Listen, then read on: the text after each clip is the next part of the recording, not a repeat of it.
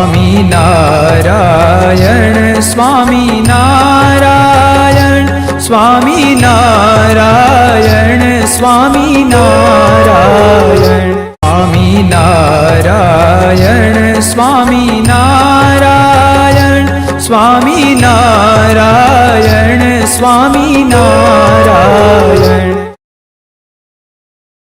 નમસ્કાર. આજે આપણે એક એવા દિવ્ય આત્માની જીવનગાથા સમજવાના છીએ જેમણે લાખો લોકોના જીવનને નવી દિશા આપી. જી હા, આપણે વાત કરી રહ્યા છીએ સહજાનંદ સ્વામીની, જેમને આજે આખું વિશ્વ ભગવાન સ્વામિનારાયણ તરીકે ઓળખે છે. તો ચાલો એમના આ અદ્ભુત જીવન અને અમર વારસાની સફર શરૂ કરીએ. 3 એપ્રિલ 1781 ભારતના ઇતિહાસમાં આ તારીખ સુવર્ણ અક્ષરે લખાયેલી છે, કેમ કે આજ એ દિવસ હતો જ્યારે એક એવા મહાન સંતનો જન્મ થયો જેમનું જીવન અને જેમનો ઉપદેશ આજે પણ એટલો જ શક્તિશાળી અને પ્રેરણાદાયક છે. તો એમની કથાની શરૂઆત એમના બાળપણથી જ કરીએ. એમના બાળપણનું નામ હતું ઘનશ્યામ, અને એમના પ્રારંભિક જીવનની ઘટનાઓ જ એમના દિવ્ય ભવિષ્યનો સ્પષ્ટ સંકેત આપતી હતી. એમનો જન્મ ઉત્તર પ્રદેશના એક નાના ગામ છપૈયામાં થયો હતો, પણ બાળપણથી જ ઘનશ્યામ બીજા બાળકો કરતાં સાવ અલગ હતા. એમનામાં એક અસાધારણ તેજ હતું, આધ્યાત્મિકતાની ઊંડી સમજ હતી જે સ્પષ્ટપણે દેખાઈ આવતી હતી. એમની ખાસિયતો ખરેખર અનોખી હતી. વિચારો, જે ઉંમરમાં બાળકો રમતગમતમાં વ્યસ્ત હોય એ ઉંમરે ઘનશ્યામ શાસ્ત્રો અને ગ્રંથોનો ઊંડાણપૂર્વક અભ્યાસ કરી રહ્યા હતા. એમના બાળપણ સાથે જોડાયેલી ઘણી ઘટનાઓ આજે પણ આપણને પ્રેરણા આપે છે.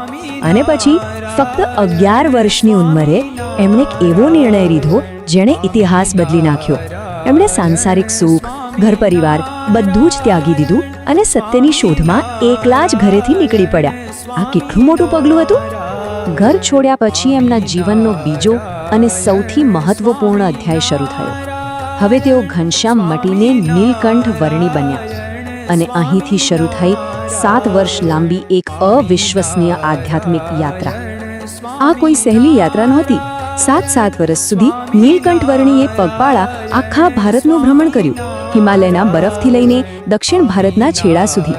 અને આ આખી યાત્રા દરમિયાન એમણે કઠોર તપ અને યોગ સાધવા કરી. એમની આ લાંબી તપસ્યા અને યાત્રાનો અંત આવ્યો ગુજરાતમાં, અને અહીંથી જ એક નવા યુગની શરૂઆત થઈ. ગુજરાતમાં એમનું આગમન એક બહુ મોટા આધ્યાત્મિક આંદોલનનો પાયો નાખનારું સાબિત થયું. ગુજરાતમાં એમની મુલાકાત ગુરુ રામાનંદ સ્વામી સાથે થઈ અને તેઓ એમના શિષ્ય બન્યા.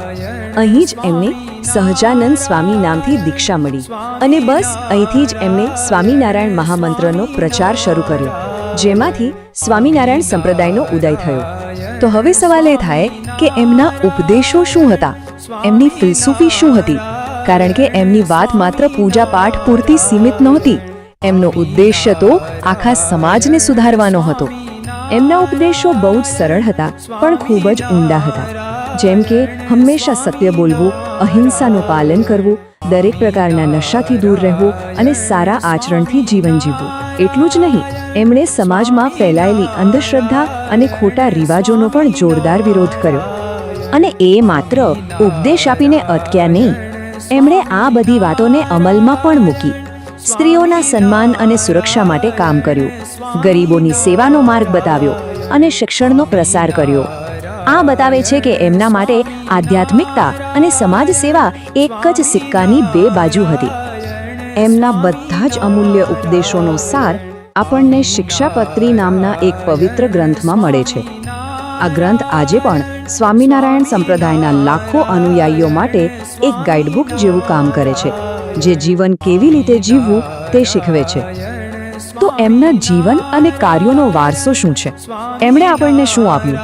ચાલો હવે એમના દ્વારા છોડવામાં આવેલી આ શાશ્વત પ્રેરણા પર એક નજર કરીએ, જે આજે પણ કરોડો લોકોને માર્ગદર્શન આપી રહી છે. એમના વારસાને આપણે મુખ્યત્વે 4 ભાગમાં જોઈ શકીએ છીએ. પહેલું, આધ્યાત્મિકતા એટલે કે ભગવાન સાથેનો સંબંધ. બીજું, સદાચાર એટલે કે સારું અને નૈતિક જીવન. ત્રીજું, સમાજ સુધારણા. અને ચોથું, નિસ્વાર્થ સેવા. આ ચારેય પાયા પર એમનો વારસો આજે પણ અડીખમ ઊભો છે. અને આ જ સૌથી મોટી વાત છે. એક નાના ગામના બાળકથી લઈને એક મહાન આધ્યાત્મિક ગુરુ સુધીની એમની આ સફર, એમનું જીવન આજે પણ સદીઓ પછી પણ અસંખ્ય લોકો માટે પ્રેરણાનો એક જીવંત સ્ત્રોત છે. અને અંતે એક સવાલ આપણા બધા માટે. આજના આ દોડધામ ભર્યા જીવનમાં સહજાનંદ સ્વામીના જીવનમાંથી, એમના સત્ય, કરુણા અને સેવાના માર્ગમાંથી આપણે આપણા પોતાના જીવનને બહેતર બનાવવા માટે કઈ પ્રેરણા લઈ શકીએ? આ વિચાર સાથે જ આજે આપણે અહીં વિરામ લઈએ. જય સ્વામિનારાયણ.